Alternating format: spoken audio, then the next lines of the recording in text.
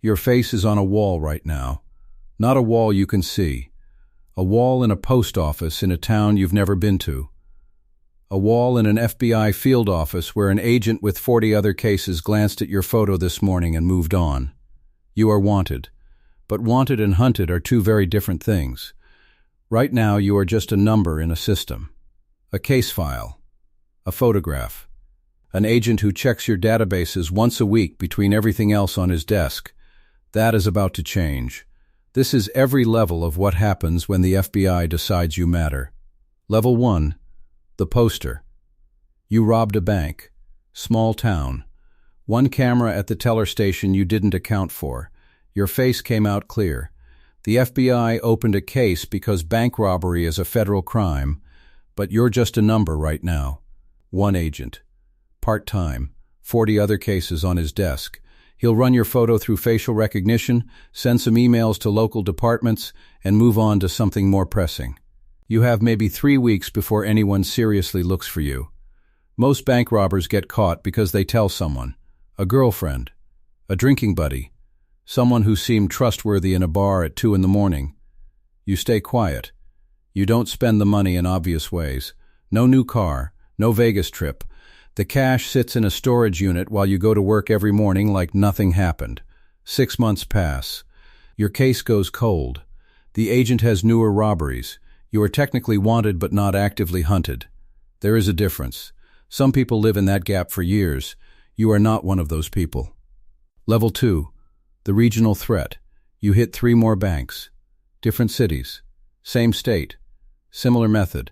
Now there is a pattern. Patterns get attention. The FBI creates a task force.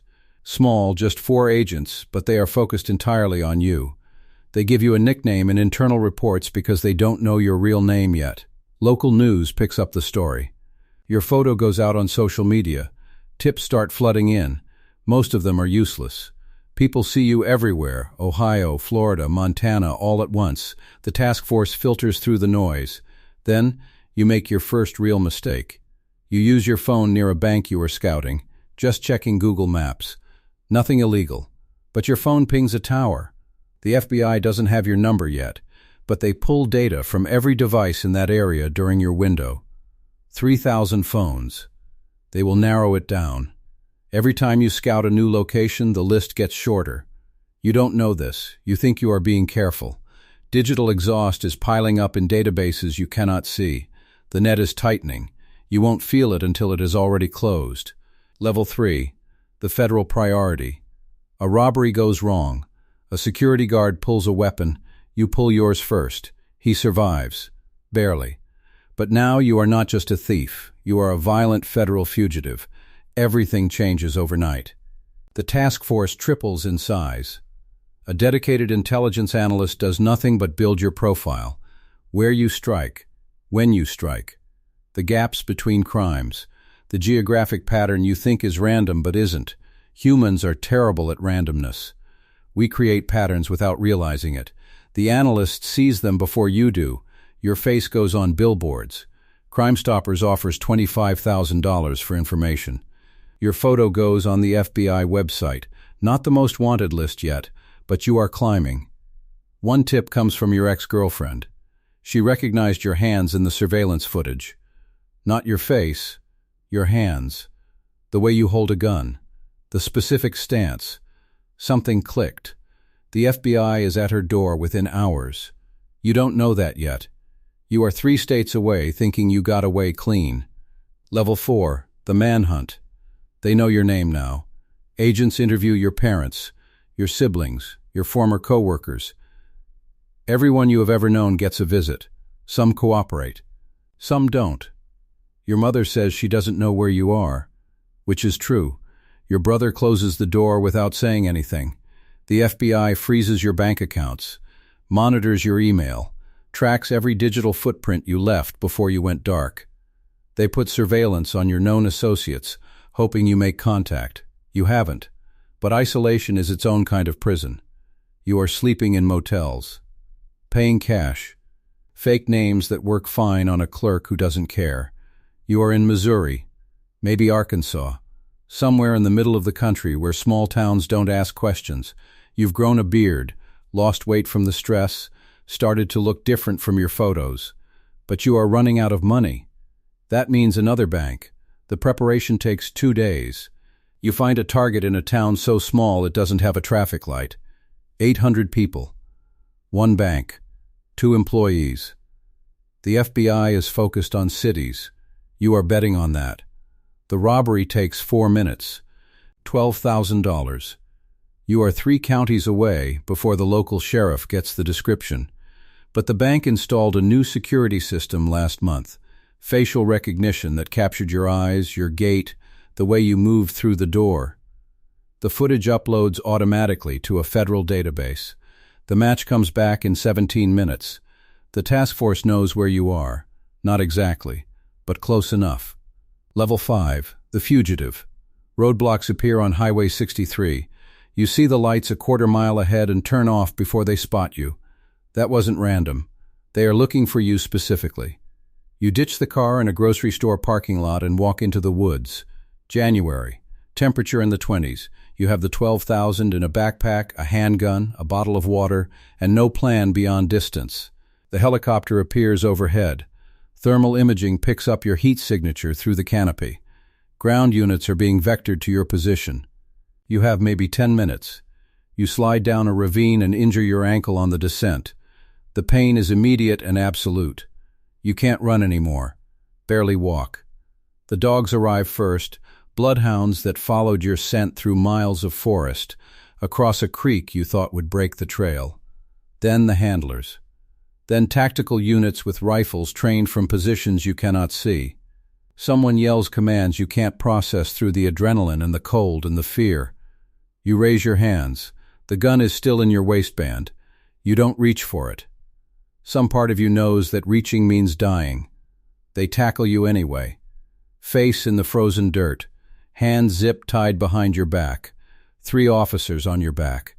The helicopter is deafening. Someone reads you your rights, but you can't hear the words over the noise in your own breathing. 15 months of running ends face down in a ravine in Missouri. The charges scroll past you in the county jail. Armed robbery times 14. Attempted murder, assault with a deadly weapon, fleeing, weapons charges. Each count carries years, together they carry decades. Level 6, the sentence. The federal prosecutor offers a deal. Plead guilty to 8 counts, accept 40 years, or go to trial and risk life without parole. The evidence is overwhelming: surveillance footage, DNA from crime scenes, ballistics matching your weapon to 3 different robberies. Your public defender is 26 years old and handling 70 cases. She's competent but drowning. She tells you to take the deal. You take the deal. The sentencing hearing lasts 20 minutes. The judge reads the charges, asks if you understand. You say yes. He sentences you to 40 years in federal prison. No parole. You will be 71 when you are released, if you survive that long. The bus ride to Usp Leavenworth takes 11 hours, shackled to 8 other inmates who don't speak. The prison appears on the horizon like something permanent.